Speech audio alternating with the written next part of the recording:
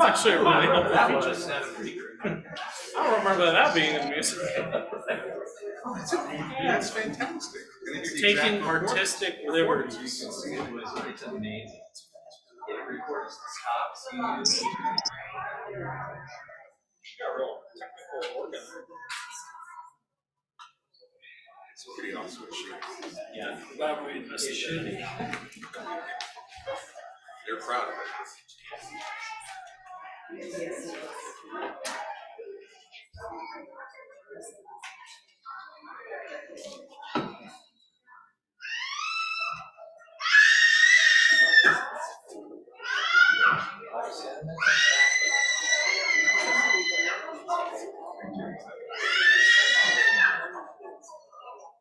Some voice strings, it's like the pipes.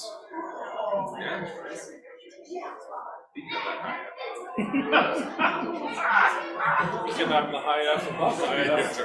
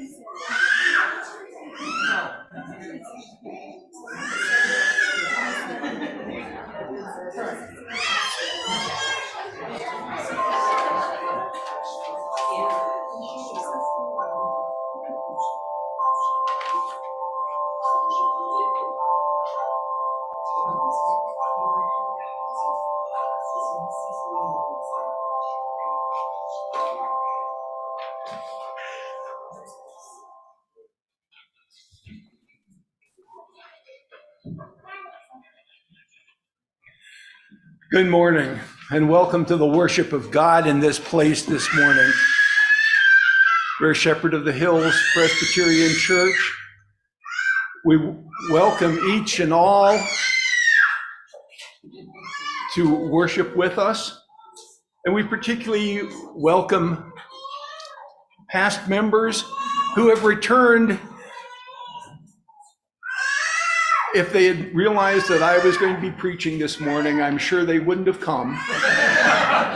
But they are here, and so are you. And we have time now for announcements that need to be made.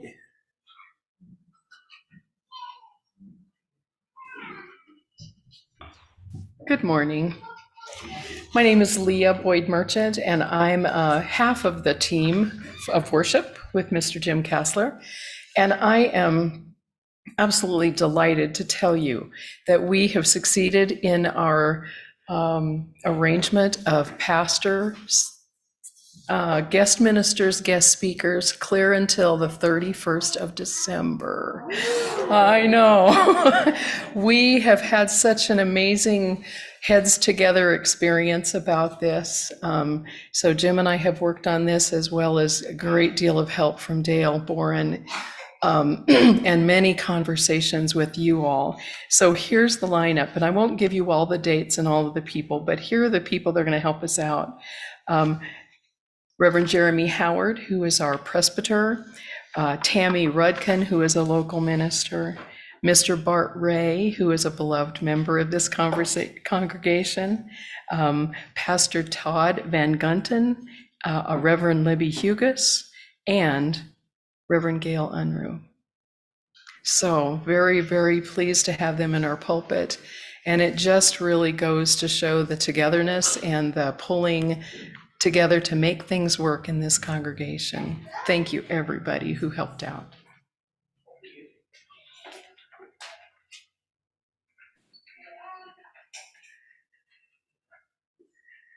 Good morning. I'm here as a board member of the preschool here at Shepherd, and I just wanted to let you know that there is a Eileen's Cookie Dough fundraiser happening. If you feel so inclined to buy some cookie dough, that order form is on the counter back by the offices, and we have to have that money turned in by Friday if you are looking for some cookie dough for the holidays. Thank you.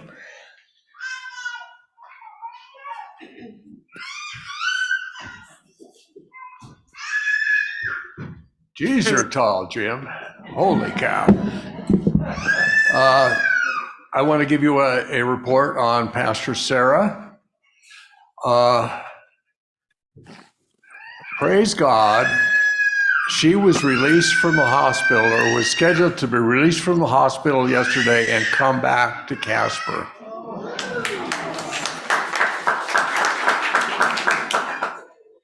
Given the vagaries of medicine, it did not happen. She's healthy enough to do it. She's walking the halls down there. She's up and about, but there was a medicine that she had to have that is not available in Casper until Tuesday for some reason. So she's still down there in the hospital, but she may come back on Tuesday. She has to go back Sunday, a week from today, to begin the 4th round of chemo. But she was healthy enough to be sent home to a 2nd floor apartment where she had to climb the stairs to get in. And we would have had the opportunity to take care of her or provide her rides and meals and all that stuff.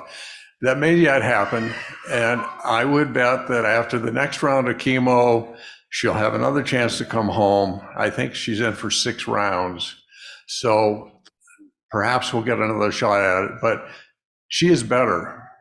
The chemo is working, she's getting better. I can't help but think that the good Lord is in this.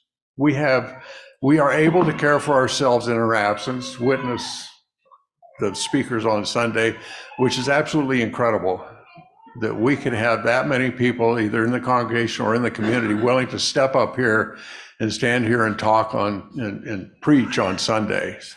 So that, the finances, the fact that we all get along and aren't fighting with each other, all of that stuff, God has given us here a family that's functional, that works well. And while the head of the family is away, we're doing okay. And she is doing better. So keep her in your prayers. We'll send out some emails or something to the congregation and let you know what happens on Tuesday if she does decide for those few days to come home. It is a journey for her, 4 hours, 5 hours on an automobile, and then it got to go back. So she may, for the short period, not come this week, but perhaps next week. Keep your fingers crossed. Thank you.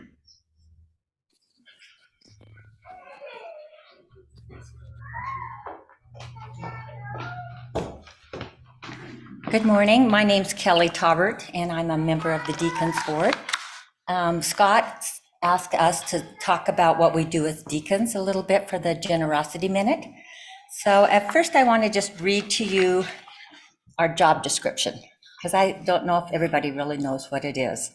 But according to the Book of Order in the Presbyterian Church USA, it is the duty of the deacons, first of all, to minister to those who are in need, to the sick, to the friendless, and to any who may be in distress, both within and beyond the community of faith. We are a cohesive group of 9 members working together to achieve the above on behalf of you, the congregation, under the guidance of the session. So I was going to talk about a few of the organizations that we do support. And the first one I want to talk about is the Iris Clubhouse. That's a facility here in Casper that provides companionship and support to those with serious mental illness. We have helped furnish kitchen supplies, repair a window, help to purchase a copy machine. And it is so exciting to see how this program has grown with some of our help.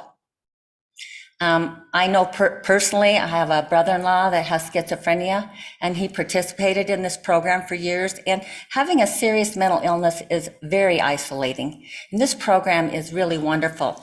The exciting thing about it is this year they've added a work program, and they have job coaches. And right now they have 6 participants who are working in the community full-time, giving back to the community. The second one I want to talk about, our newest community partner, is the Wyoming Foundation for Cancer Care. And I know most all of us have been touched by cancer in some way. Either we've been diagnosed with cancer or we have a loved one with cancer. So this year, we were able to buy gift cards, gas cards to help patients with expenses because the price of gas has gone up so much, get to and from their treatment. One of the deacons also helps with all the fundraisers, visits patients in the chemo room and in their homes. And we've also purchased some small little devotional Bibles for those with cancer, and we have them back in the office, and they're for all of us to use and to give to people that we know and love who are dealing with that diagnosis. The next one is that I want to talk about is the Bibles for inmates at the Natrona County Detention Center. And we really want to help bring hope to those people that are incarcerated. And in our last deacons meeting, it was brought to our attention, how do we know what we are doing as deacons is helping? How do we know that we're helping people with our finances and with our time? And we got this thank you note, and I want to read it to you because it's very touching. Hi, I'm Andrea, and I'm here at Natrona County Detention Center enjoying the heck out of a Bible provided by you. Thank you so much. Christ is alive and his soldiers are all around us. Keep sharing the word and I will too. With all my love, Andrea. So it's these kind of notes that help us know that what we're doing is making a difference. The other programs that we've been helping with for a long time are Interfaith. One of our deacons shops every month for personal supplies like toothbrushes, toothpaste, soap, wash rags. And we give those to people in our community through Interfaith that are below the poverty level or at the poverty level, income-wise. We also support single-parent families at Seton House. One of our deacons collects supplies, cleaning supplies, toilet paper, things like that, and deliver them to Seton House, to the single parents. We've also purchased vacuum cleaners and shower curtains, coffee pots for them. The last one is Meals on Wheels, and we have several deacons who get together every month and they fill packets up with note cards, pens, and stamps. And the price of stamps has really gone up, so we really appreciate your contributions. And then these are delivered when the meals are delivered to the elderly that are receiving Meals on Wheels. So right now we're in the process of revamping our neighborhood outreach, and we really are looking for ways to reach out to neighbors in our community to share the love of Christ. So anyway, Diane's going to continue here.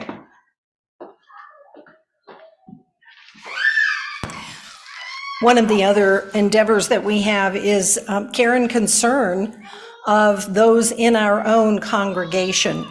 And each week, after the prayers have been said and the gratitudes shared with all of us, Chelsea writes that up in our announcements, but one of our deacons also sends out cards.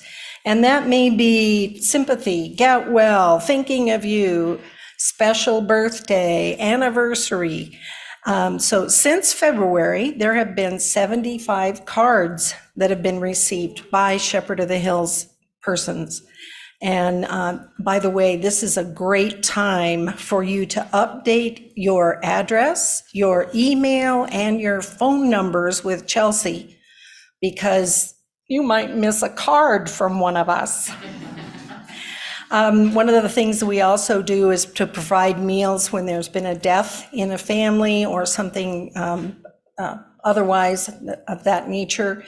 The deacons head up the committee to call other members in the congregation to provide meals for those families. Habitat for Humanity is another